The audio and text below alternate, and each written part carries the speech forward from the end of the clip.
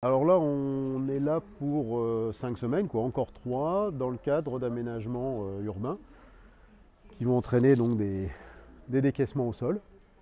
et à des endroits où on sait qu'on avait des vestiges archéologiques qu'on a identifiés par des diagnostics.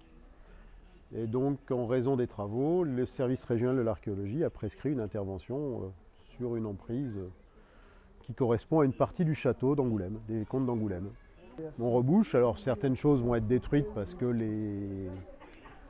c'est même la raison de notre présence, c'est que le fond de fouilles, des terrassements, des travaux nécessaires, des réfections de voirie et du soubassement de la voirie va détruire certains vestiges archéologiques. Donc nous, on vient les étudier avant et quelque part les détruire nous-mêmes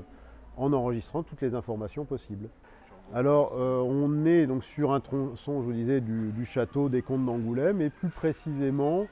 à l'articulation d'un des bâtiments importants du château, qui est la grande salle, l'Aula,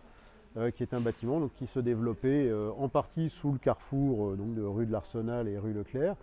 et sous les maisons environnantes. Alors il nous en reste malheureusement que quelques lambeaux, mais voilà, on est en partie sur ce bâtiment et en partie, un peu derrière moi, sur l'enceinte du château. Une aula, c'est pour faire simple, une grande salle de réception, une grande salle d'accueil pour montrer le pouvoir du Seigneur, sa grandeur, donc une grande salle, là, je crois qu'on est à 450 mètres carrés, avec des décors, on nous parle d'un plafond en bois avec des décors d'armoiries, quelque chose qui en met plein la vue aux visiteurs et qui montre la puissance du Seigneur local. Alors cette grande salle d'Angoulême, oui, puisqu'elle est détruite progressivement au cours du 19e siècle, et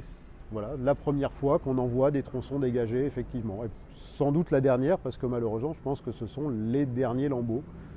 qui subsistent entre toutes les constructions plus récentes.